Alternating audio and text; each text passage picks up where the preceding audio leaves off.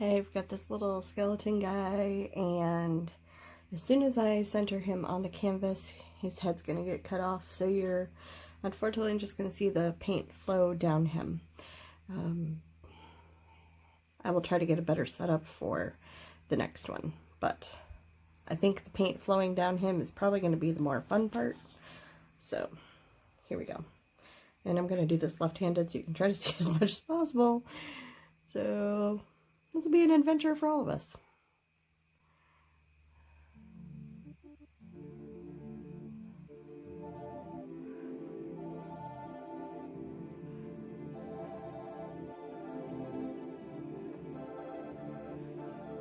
Let's just make sure to get him all covered.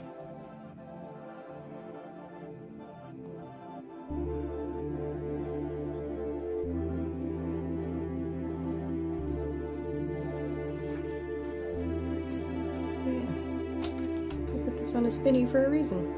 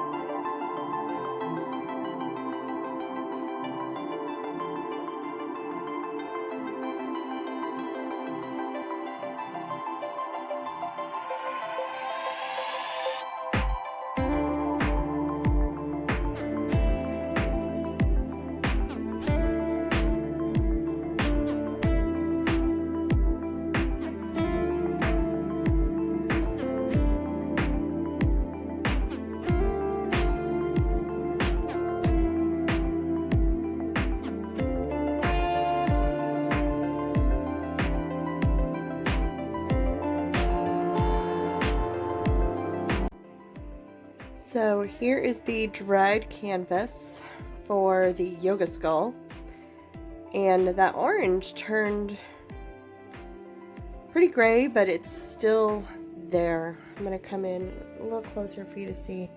I think I like it portrait style.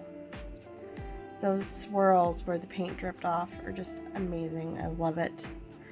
The green is super cool.